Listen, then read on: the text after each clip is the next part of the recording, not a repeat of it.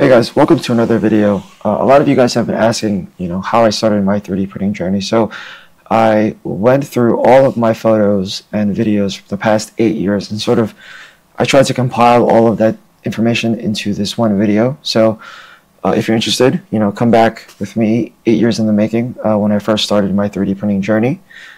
So here is a picture of my first two 3D printers. These are the Creality CR10 printers. So when I first started 3D printing, it was I got the CR10s because I was into cosplay. My wife was into cosplay, so we were 3D printing a lot of cosplay props. So you'll see in a little bit some of the things that we printed, and we used some things we sold.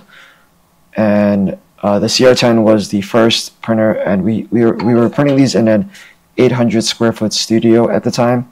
So it was a very small space, and I used to go to sleep hearing these 3D printers just humming. This is a Baby Groot pencil holder. This is a Diva Overwatch Diva gun. This is a Kobayashi fidget cube. So these are just some of the early prints that I 3D printed with the CR10. Fidget spinners were very popular back in, I think it was 2017 when I got my first printer. So I was printing a lot of the fidget spinners. And if you know what this is Catan pieces. And here we have these printers printing some face shells, Spider-Man face shells. This was my first time when I printed out the Guardian swords from Legend of Zelda Breath of the Wild. So these Guardian swords are still something that I still print and sell today. So I learned how to make this without any knowledge of electronics or soldering or any of that. So if I can do it, you can do it. So here it is in action. It looks great at night when there's no light. This is an Overwatch loot box. This is more Catan pieces. And this is how the Catan pieces look.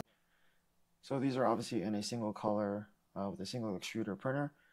Back then it was very difficult to get multicolor prints. So this is how the Catan boards look like. You could also just prime these and paint them if you wanted to. But me and my wife were huge Catan players. Actually, she introduced me to the game of Catan. And so I just started, when I got a 3D printer, just started printing a Catan board because I could. These are the player pieces from the Catan sets, the roads, the tiles, the settlements, and castles.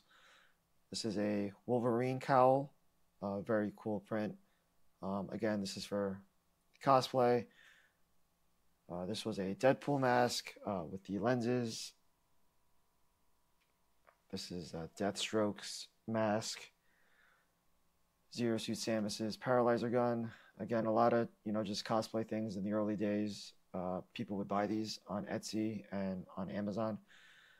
This was my first CR10. Again, back in these days, we had to do so many modifications to get things to print properly. Fan shrouds, painter's tape, masking tape, glue, hairspray, Aquanet, you name it, it was all there.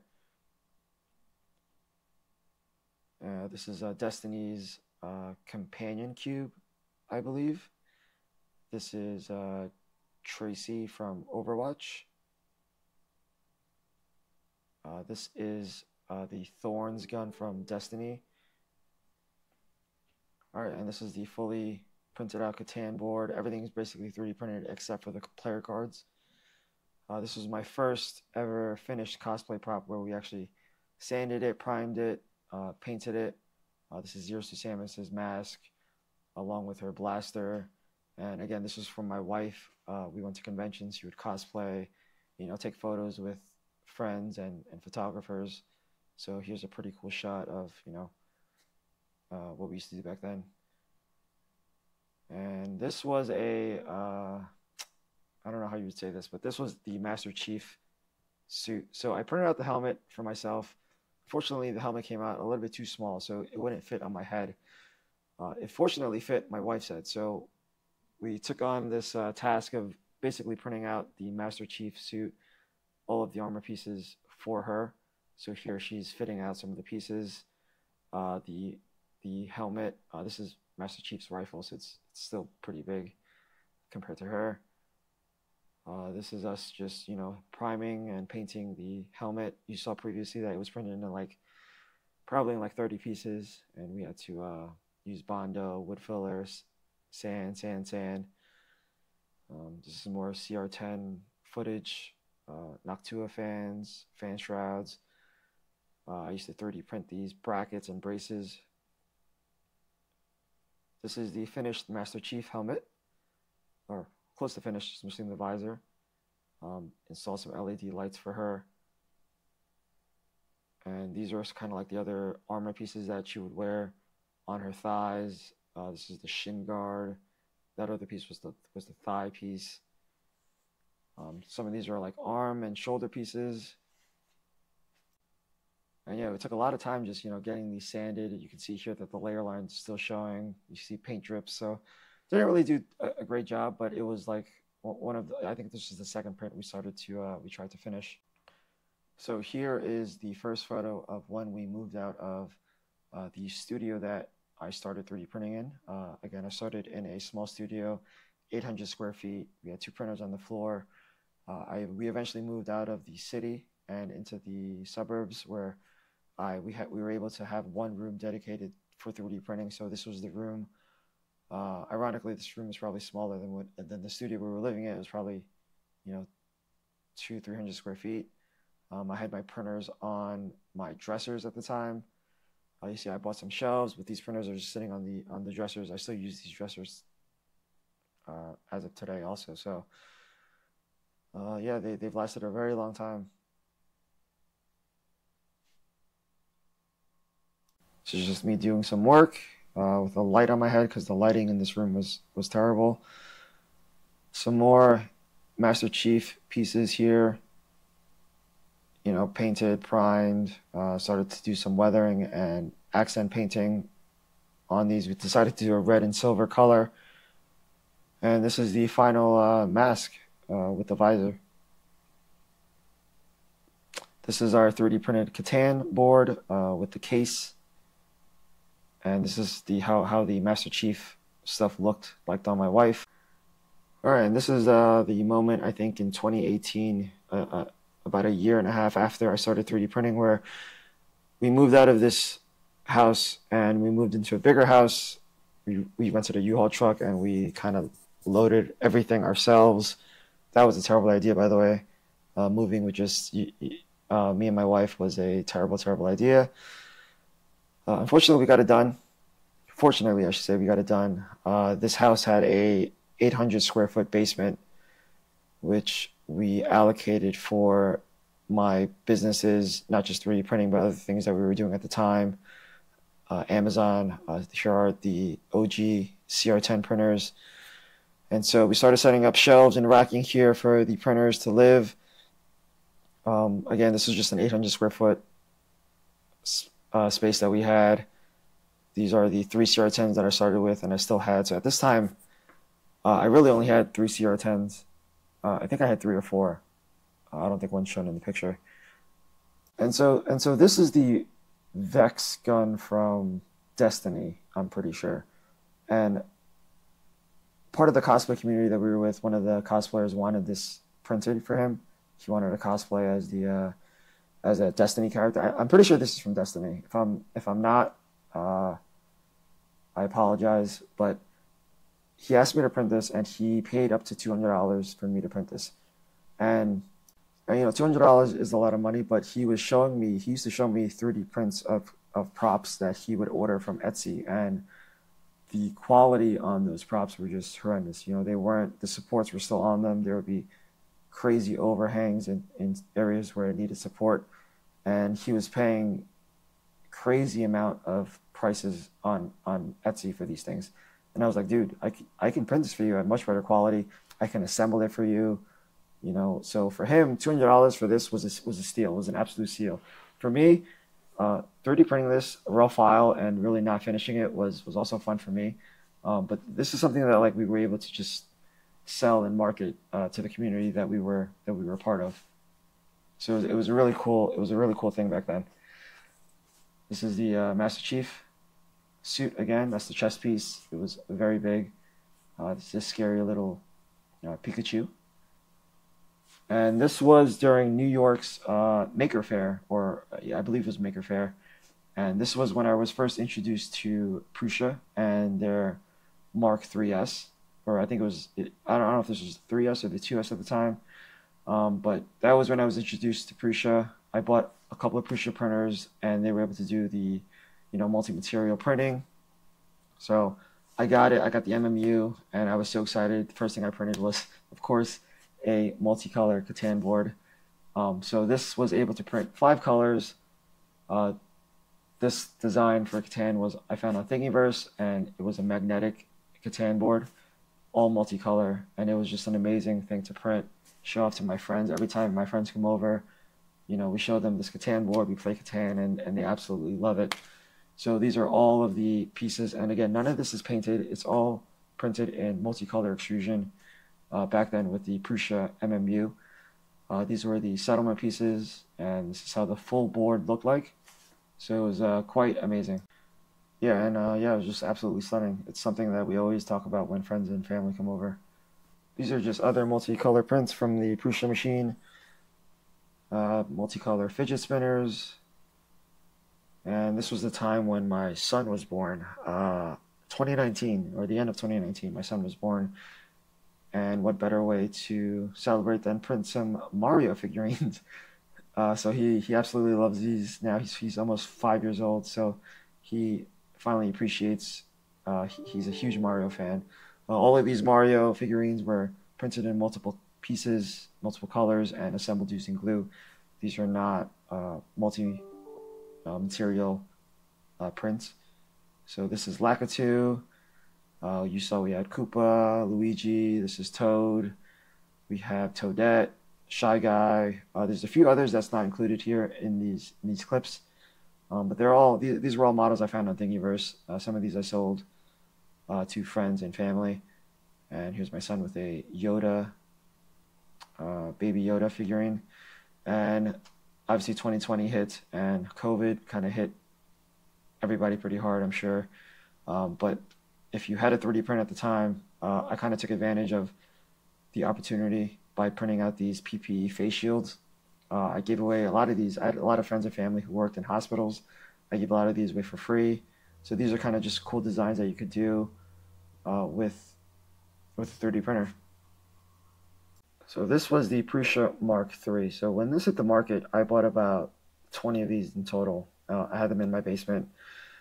And these printers were absolute workhorses for close to 4 to 5 years. A lot of them, printed, I wouldn't say nonstop for that time, but they printed for a long time during that time. And I never really had any issues with Prusa. They were very good, reliable workhorse machines that were able, they were able to just, set a print, hit print, and you could go to sleep and be confident that by the morning the prints would, come out perfectly fine. So, I have a lot of love for Prusa, what they did. I bought a lot of their kits, and, assembling these machines from scratch is something that really teaches you a lot about the 3D printers. In case something breaks, something goes wrong, you know what to do. So I love that they kind of brought that to the community with their kits, not just the Mark III, but their previous lines of the Prusa Mark II printers. This is one of the cool time-lapse videos I took I had like a dolly and a camera that would just take time lapses of this and would just make circles, semicircles around the printer as it printed up. So this was something that was so cool. I did this for a little bit and then I kind of stopped. I kind of wish I pursued this a little bit more because I think this is such a cool thing to look at. Again, these are Catan pieces. These are the expansion specs to the Knights and Cities expansion, I believe. Here are just some more photos. These are the Tanjiro earrings from Demon Slayer. These were super popular. I also got the Prusa Minis, so I think I had like 4 or 5 Prusa Minis at the time. And these little guys were, just so cheap and affordable, and they were great printers at the time when they hit the market. So I grabbed a few of these. They use the same ecosystem with Prusa Slicer, so it was kind of a no-brainer.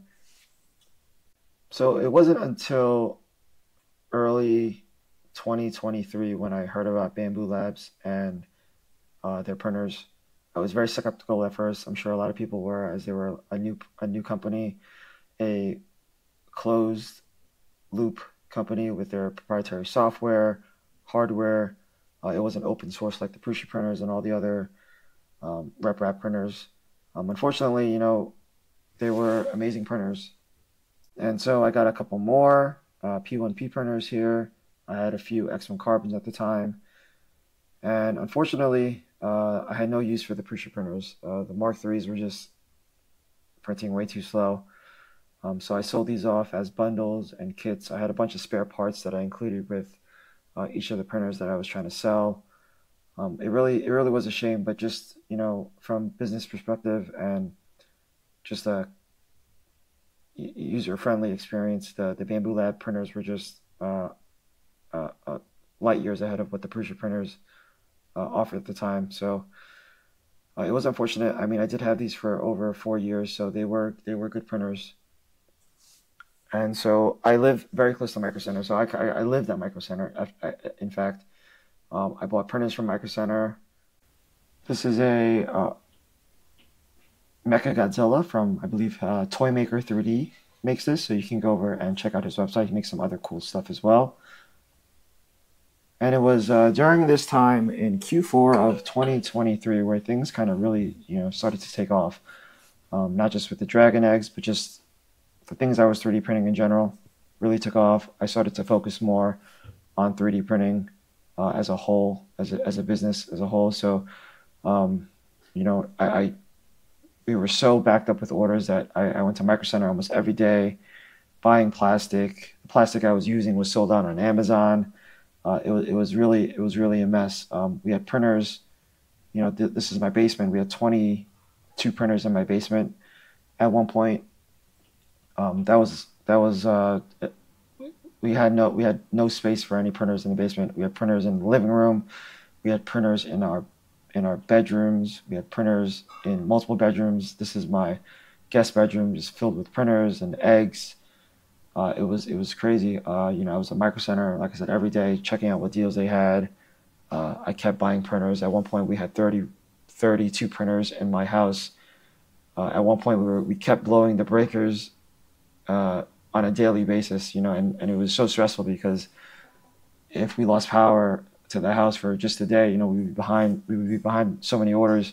We were getting hundreds of orders per day for a solid 3 months straight. So it was hard for me. It was hard. My wife was helping out at the time, helping restart the printers, helping pack orders, make boxes. So it was a team effort by all of us, and I really couldn't have done it without her. So this is my basement, from kind of just filled with stuff, printers, plastic. Back here was just storage for boxes. And this is kind of the space I was working with, 800 square feet. I held on to, I think, 1 or 2 Prusa Minis and 1 or 2 or 3 Mark IIIs just because I was so far behind. This is one of my older printers. This is the Creality printers, CR10 V2, I believe this was, with the BL Touch. And so this is when things really started to, like I said, pick off. And this was, I bought Creality K1 Max printers. I had them on the floors in my bedrooms. So every night I would wake up in the middle of the night at like 3-4 a.m. to restart printers, restart them again at 8 p.m., 8 a.m., 12-hour shifts. It was absolutely crazy. We were obviously not prepared for any of this stuff. This is my other bedroom filled with printers. I ended up getting more printers in this room. So yeah, it was the K1s. They didn't really work that well for me considering I was printing with Silk PLA, but I didn't have, they kept clogging. So I ended up, after all this was said and done, kind of returning them and buying more Bambu Lab printers, just because they were much more reliable at the time. I feel like Creality sort of rushed the K1 series printers just to compete with the Bambu Lab Benson Core XY style printers.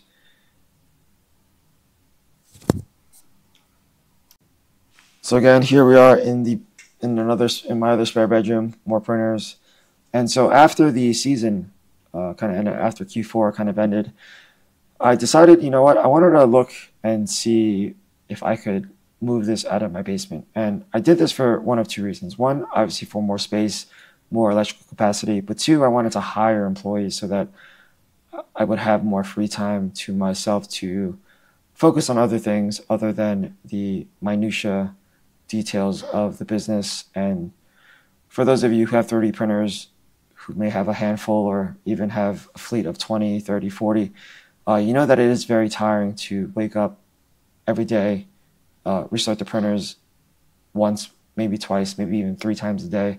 And having the printers in the basement of your home, while it is super, super, super convenient, you're kind of like almost tied to this schedule of a never-ending cycle of restarting the printers, packing orders, shipping these out. So I wanted to change my mindset on that, on how the business was and how I wanted to run the business. So again, after the holidays ended, I went out and I started looking at other spaces. This is the first time I went into this space, which I'm currently at now. It was a 2,000 square foot, basically a square.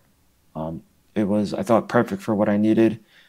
High ceilings, it had really no office space. I didn't really need office space.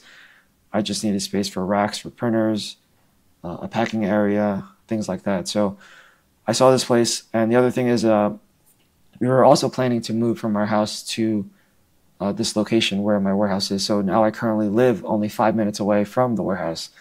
It's not in my house, but it's 5 minutes away. So if anything ever were to happen, I'm a 5 minute drive away. I can still stop there during the middle of the night if I needed to. Fortunately, I don't. But yeah, this is how the space looked like pretty much when it was empty. And so I jumped on the opportunity to rent this out. For those of you who are wondering, this space costs $3,300 per month, 2,000 square feet, triple net. So it is, you may think it's expensive. I live in the Northeast, so it's probably one of the more expensive areas in the country. And so yeah, we started slowly moving things. Started with plastic bins, and then we had to deconstruct the basement. This took a heroic effort by myself, and also my brother flew in to help me out here. We rented a U-Haul truck. We took like 4 or 5 trips with this U-Haul truck, deconstructing everything in our basement, moving it into the U-Haul truck. This was a pain because we had steps to go up from the basement of our home. We had to basically take apart every single shelf, pack every single printer, walk up the steps, load it into the U-Haul, and then bring it to the warehouse. My wife also helped out at this point. It was just a crazy effort to get all of this done. So it took over the course of, myself, I was packing things probably like a week before the move. But the move itself, we took about 4 days just taking multiple trips back and forth, and just moving everything here into this space, just having everything on the floor. We barely had any racks set up. At the time, I think we had like 4 or 5 racks, so I had to order more racks. Obviously, electrical had to be upgraded, so we had an electrician come in and install some new outlets for us to their own 20-amp breaker on the electrical box. So this was done by a certified electrician, this was done by professionals. And this is my basement after everything was moved out. Very bittersweet moment for me, having my print farm in my house for about 4 years. And yes, I did have hair. I do have hair. It will grow back, guys. Don't worry. In a month, it'll be back. This is the poop of the AMS printers at the time. And of course, we were still selling. We were still making eggs. These eggs were still selling. We were getting bombarded with orders again. After the season, I returned all the Creality. I got rid of all my Prusa printers, and we had about 20 Bamboo printers, and it just wasn't enough. This was So that was how many orders we were doing every day, 3 or 4 bags full of USPS boxes of dragons, dragon eggs, other things that we were selling at the time. It was just so much. What better way to deal with that than order more printers? So that's what we did. So at this point in this video right here, I believe we only had about maybe 24 printers. This was during December. We had more A1 printers. That was when the A1 printers first released. So I bought 7 of these from Micro Center. I was installing the AMS Lite top mounts on each of them. You can see here that the P1P printers aren't even set up yet because I didn't have time to set up the racks. I didn't have time to just set up all the printers, rerun calibrations on everything. Again, at this time, it was just myself working on this. It was a lot of work. I was working 8-hour days, commuting 45 minutes to this location. So I was in this spot about 2 months prior to moving from my house to the home I'm currently at. So for the 2 months, I was basically commuting every day for close to 40 minutes each way. So about an hour and a half every day, just commuting to the warehouse. And so I wanted to pause this clip here. It was about a month in when I first hired my first employee. And this was a very monumental time, not just for me, for my mindset in terms of running the business. This is something that I've always wanted to do. So hiring an employee freed up so much free time. It's unthinkable to realize how much time just having someone else there doing the simple tasks like just, assembling these dragon eggs, putting them into bags, labeling them. This saves so much time for me to do other things. Being able to travel with my family, going on vacation. I just went on back-to-back vacations on a cruise and to Florida, right? Knowing that the print farm was still operational and still producing prints, even though I wasn't there. And obviously that doesn't just happen overnight. It's something that you prepare and you plan for, right? Teaching my employees the correct things on what I want out of them and how I want them to manage my print farm is something that has changed really my view on business and my life in general up until this point. Just waking up every day and restarting printers for 5 years in a row. I think you don't really realize how much of a strain that is on your body and your mindset. So I implore those who have, who are able to get employees to do so. Obviously, if you're not making any money, it doesn't make any sense. But if you're making money, and you kind of have this mindset of just doing it all yourself, I highly suggest that you try to change your mindset on that, because hiring an employee, yes, it is an expense, but you get your time back, and right, you really can't put a value on your time. This allows me to start filming YouTube videos, bringing new products to market other than dragon eggs. So I freed up a lot of my time just having employees doing these other tasks that I otherwise would have spent hours per day doing. So here is a tour of the print farm where I had the packing station in the middle of the warehouse. This was before I had the A1 racks set up and the A1 printer set up. But it was, things were coming along. We had, at this point, pretty much every electrical outlet being used. So at this point, I believe we had close to 60 printers in the print farm. And here are 2 pallets of deliveries of plastic that I just received. 1,000 kilograms. I ordered these like 2 months ago from China, and they just got here now. So I paid about $11 per roll for these. So with more plastic comes more printers. This was when I purchased the 40 A1 combo printers from Bamboo Labs during their 2nd anniversary sale. They just ended a week or so ago, so it was the entire month of June pretty much. And so I got these printers in. I had to get electrical set up. I had to get more racks set up. I did other videos on those. I'm sure if you guys haven't seen those, check back on my other videos for just setup videos for the A1s. And things are going pretty well right now. I have one full-time employee, one part-time employee that are doing a lot of the day-to-day activities of managing a print farm.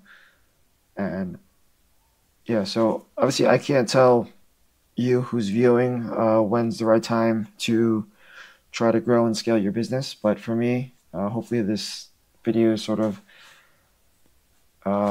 gave you some informational insights on how I started this print farm from just two printers, two Creality CR10s 8 years ago, to where I am now. Again, it didn't happen overnight. I don't expect people to kind of get to this point overnight unless you have a lot of money and you're just dumping money into this business, hoping it'll succeed. I made kind of a detailed video previously about, a lot of people are focused on what type of products to sell with 3D printing, or I said, I think that's the wrong mindset. And so you can go back and check out that video. But yeah, from the operational perspective, getting a warehouse space and so back up. So for the past 5 years, I was really just stuck on having this in my printer, having the print farm in the basement of my home. It was super convenient.